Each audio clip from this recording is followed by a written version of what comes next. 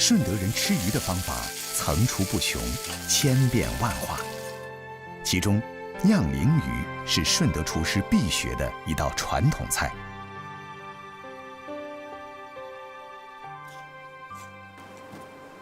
要考驗一個順德廚師合唔合格呢，就要睇下佢做呢道菜做得好唔好啦。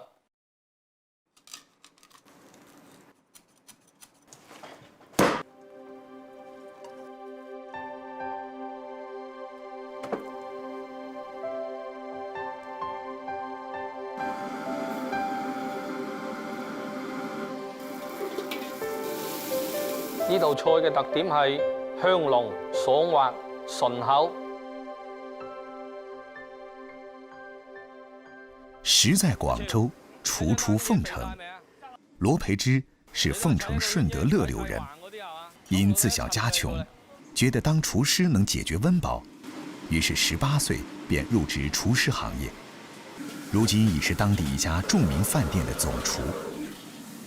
做廚房都係要跟做人一樣，慢慢沉澱同埋積累嘅。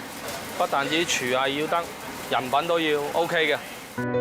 從業20多年，羅培之靠的就是刻苦努力、勤奮好學，才慢慢地走到了今天。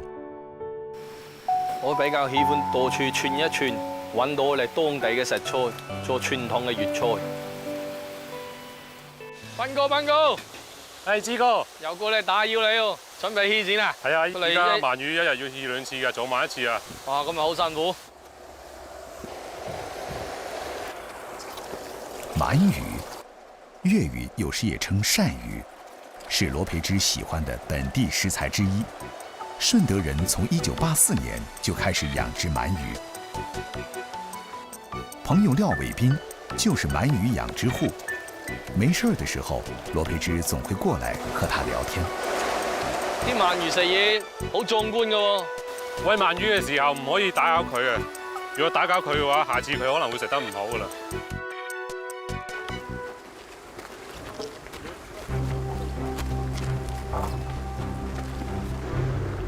鰻魚必須通過野捕鰻苗，培育至一定大小之後，再放進池塘養殖。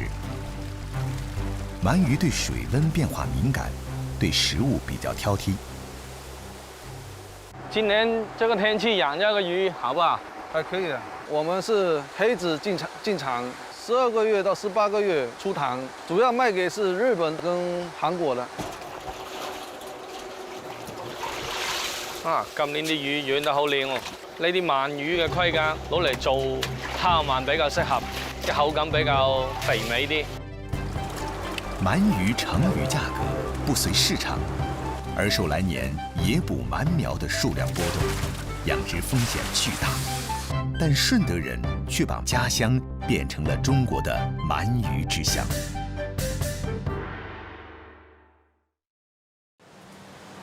順德鰻魚又稱海人參，肉質鮮美嫩滑，脂肪含量適中。烤鰻更是成為當地的特色產業之一。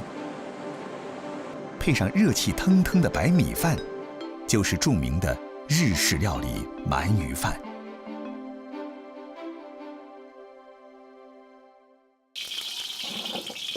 作為廚師，羅培之有喜做粵式傳統菜，曾經憑着一道頂骨大鱔，在國家級比賽中獲得金獎。鰻魚切成大小均勻的小段，廣式燒肉爆香，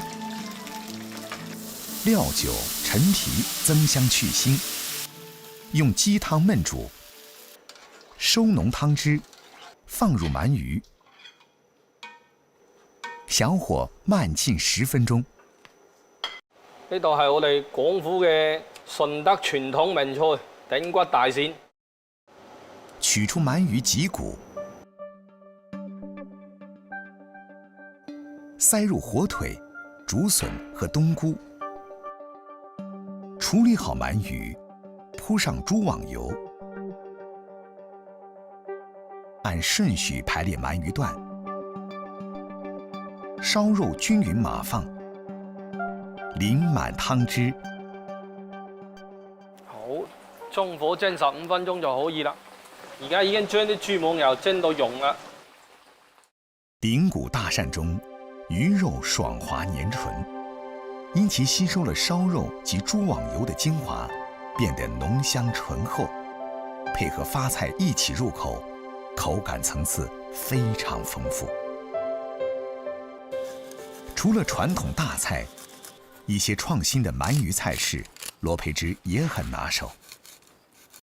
姜藕做成酸甜口味，与彩椒、洋葱、大葱、香菜切丝摆盘，鳗鱼切寸条，放调料搅拌，分多次放淀粉拌匀。放生粉分2次或者3次放咧，咁就令到嗰啲生粉慢慢咁滲透落啲肉嗰度，炸起翻上嚟嗰時咧，啲生粉會鎖住啲肉汁。鳗魚炸熟，調好底料，翻炒均匀上碟，撈起七彩扇柳，食之鳗魚肥美，汁水豐盈，酸甜的姜藕正好解膩。鳗魚與西蘭花、蒜柳搭配，是另一種清新素雅的組合。鳗魚切雙飛片，中間打孔，調味拌匀。蒜柳、胡蘿蔔條串上魚肉，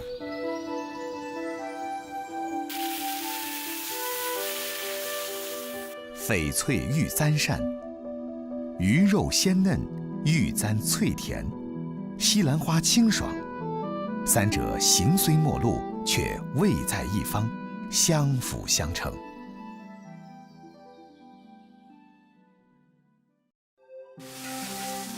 罗培之入门时，师承顺德名厨陈德和。在过去的数年间，他与师兄弟们仍会常常在师傅家小聚，聊家常，谈工作，交流做菜心得。每每此時，罗培之總會和師傅一起下廚炒菜。好，依拜依拜。肥美，咁樣。今日條線都唔會話冧唔少。大家身體健康，杯杯好。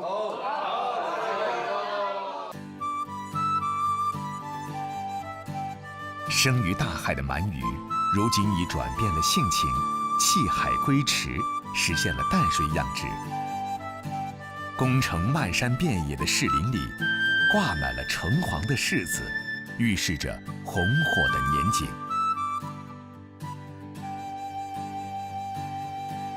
盛夏的宫城，草木葳蕤，夷吾風軒，處處生機勃勃。柿子林裡面的一些小蟲子開始活躍。就是有蟲咩？我覺得。哦，白點就是介殼蟲。哦。以黑點中呢，就是彈珠餅。楊彥軍是當地一名專做水果外銷的商人。每年夏季，他總是很操心，跟着果農滿山轉。桂林工程種植月柿有近400年歷史，種植面積有近20萬畝。這個是牙印啊，這個是老鼠的牙印啊。受小動物們歡迎的品種叫大丘，種植面積少，是近幾年培育的柿子新品種。傳統的月柿品種，種植面積大，是楊彥軍出口的主打產品。長勢好不好，才是他近期最關心的事。好了，那蔬果子啊？對啊，我給這種蔬果。另外種小果的吉慶果、花果，把它熟透。好嘞，好嘞。你要個果子基本上達到4兩以上了，你就又是另外一個價格了。拿到國外去它也好銷。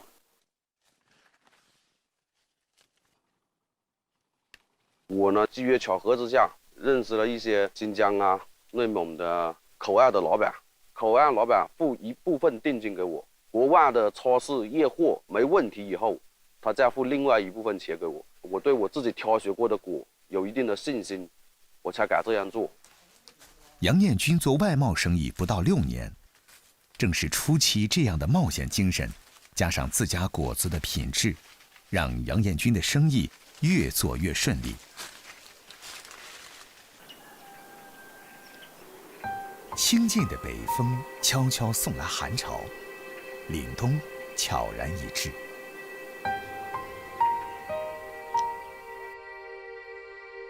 世果经霜酒，依然恋故枝。橙红色的柿子，累累点缀在枝头，预示着红火的年景。果农们无暇欣赏美景，家家户户忙着摘果。这年是柿子好卖，现在起价了。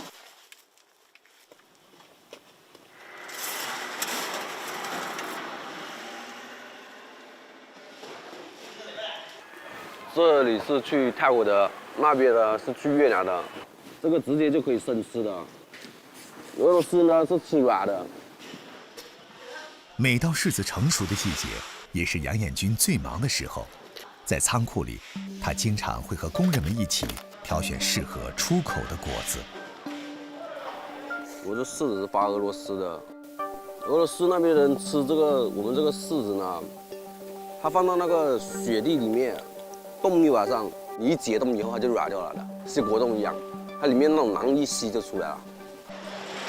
柿子按照客户需求挑选好发车之前，会在仓库储存。就算是到这一步，也不保险。杨彦军曾付出过惨痛的代价。这里都是发到俄罗斯的。以前呢，有一批也是放在这种库房，放了有80多万斤。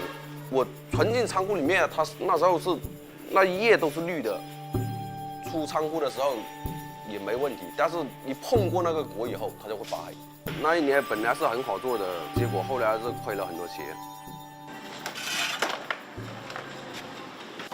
杨彦军的柿子主要销往俄罗斯、加拿大及中东亚地区。每年他卖出国门的柿子有4000多吨。那前零下30度，绿的干严实了。现在他们放我们车上的东西，这货就是不与我们一样。到地儿人说没有毛病了，人家才能给你付运费。你要给冻了的话，你不用要钱了，你还得赔人钱，赔人钱。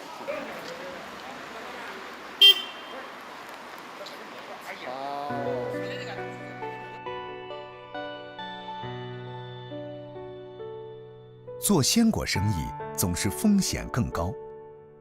柿子经过几个月的生长，果实内虽然聚集了大量的糖类，但因表皮含有较高的鞣酸，直接吃并不是最佳的选择。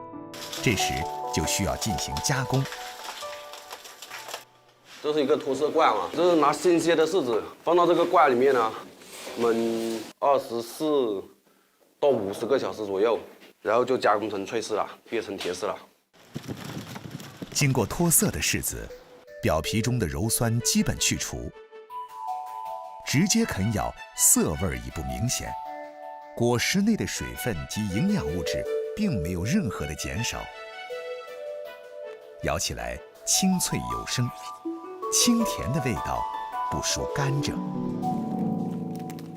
脱色的柿子脆甜爽口，但是保存的时间非常有限。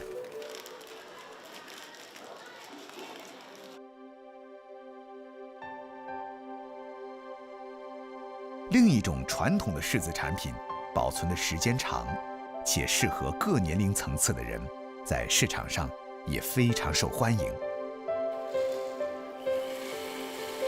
北风加太阳，是做柿饼的最佳天气。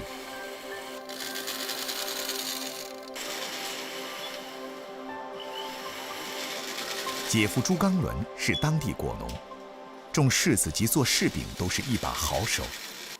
杨彦军专门过来跟姐夫学习，刨去含有大量鞣酸的表皮，是缔造美味的第一步。那点小花丸或者果鞋泥不够匀称的，就能做柿饼果，但是品质是一样的。我是不会刨这个柿饼的，柿饼呢又是我们这里传统的一个食品，所以很想学一下。像这种果，你看又大，长得又红，现在的糖分足了，那下次的品质就非常好。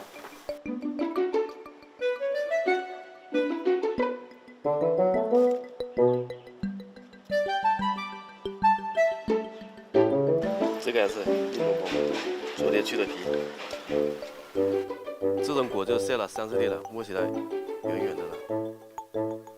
这种果已经晒了10多天了。刨皮之后的柿子要放在太阳底下晾晒，直到把果实内的水分晒出80%，熔捏成饼状，柿饼才算是完成。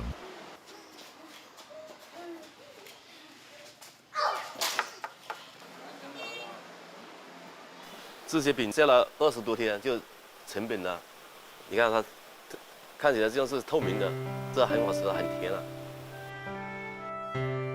晒制好的柿饼，阳光下橙红透亮。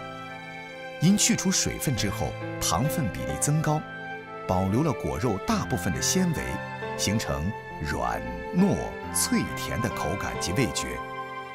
撕开时，果肉纤维相连，似蜜非蜜，但比蜜更胜一筹。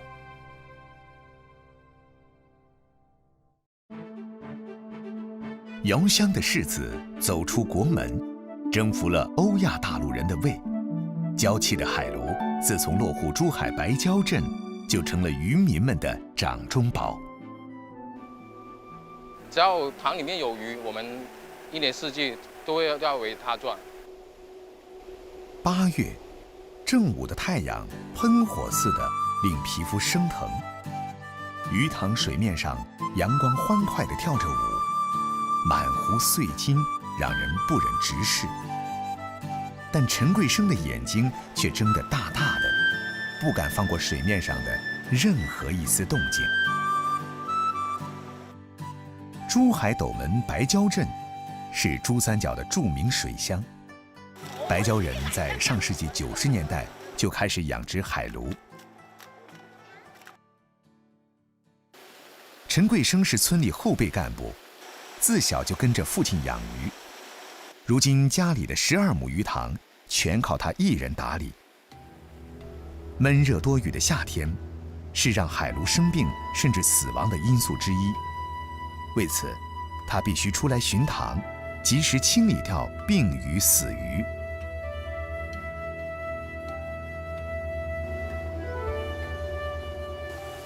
这鱼有点问题，它皮表上明显出现烂生了，眼睛也出现问题，我们要趕緊帶佢去做檢測。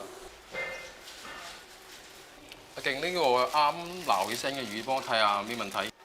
剪開個腮嗰度咧，就係見到少少紫環蟲，呢個程度係好輕微嘅啫。白蕉镇的海鲈养殖面积有12000多亩，鱼类疾病的检测及防治也成为当地必备的便民项目之一。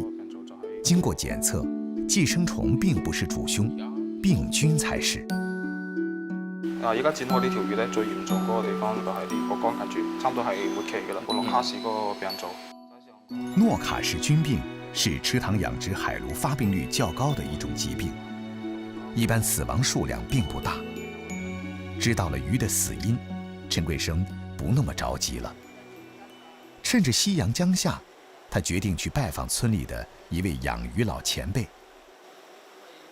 林乔新是昭信村第1代海鲈养殖人之一，有30多年的养鱼经验。整個白蕉鎮都係喺我哋超順先生隊就起步嘅，點去嘅魚苗咧就係捕撈苗，嗰啲人咧喺啲海邊慢慢啲撈翻嚟，承受率咧好差嘅。攞嗰啲魚仔冰鮮啊，斬碎佢餵佢就比較快大啲。正是靠着这些老前辈们的不断摸索，科学技术的不断进步，海鲈的养殖技术越来越成熟，最终成就了白蕉镇的地理标志产品。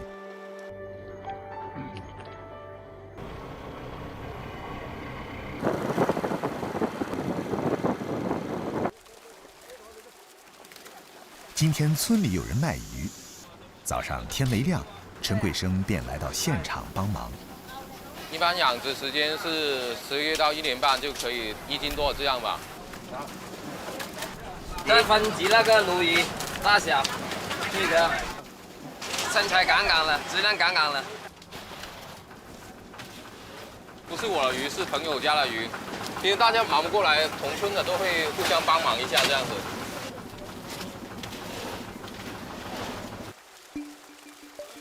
鱼越养越多，村民越来越富，但互帮互助的淳朴民风却从未改变。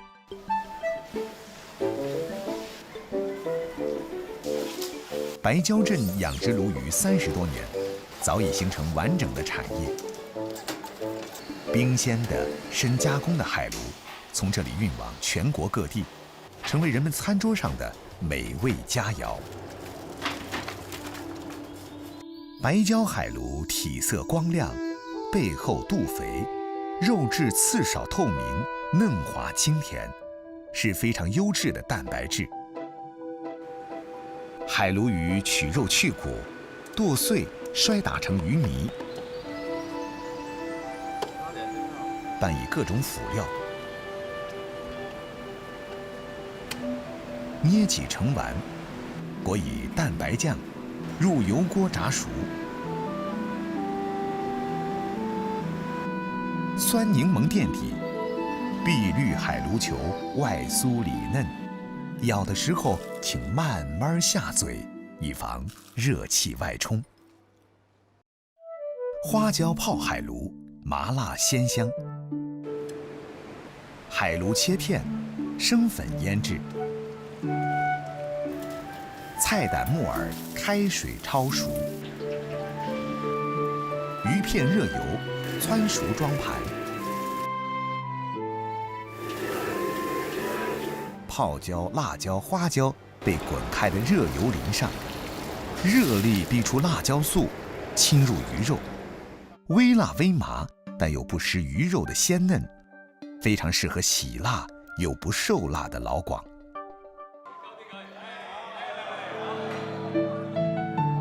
丰收的季节，少不了营养丰富、肉质鲜嫩的海鲈宴席。老一辈的养鲈人备受尊崇，新一代的养鲈人，他们将经验和新的技术完美结合，海鲈养殖的路越走越宽，越走越远。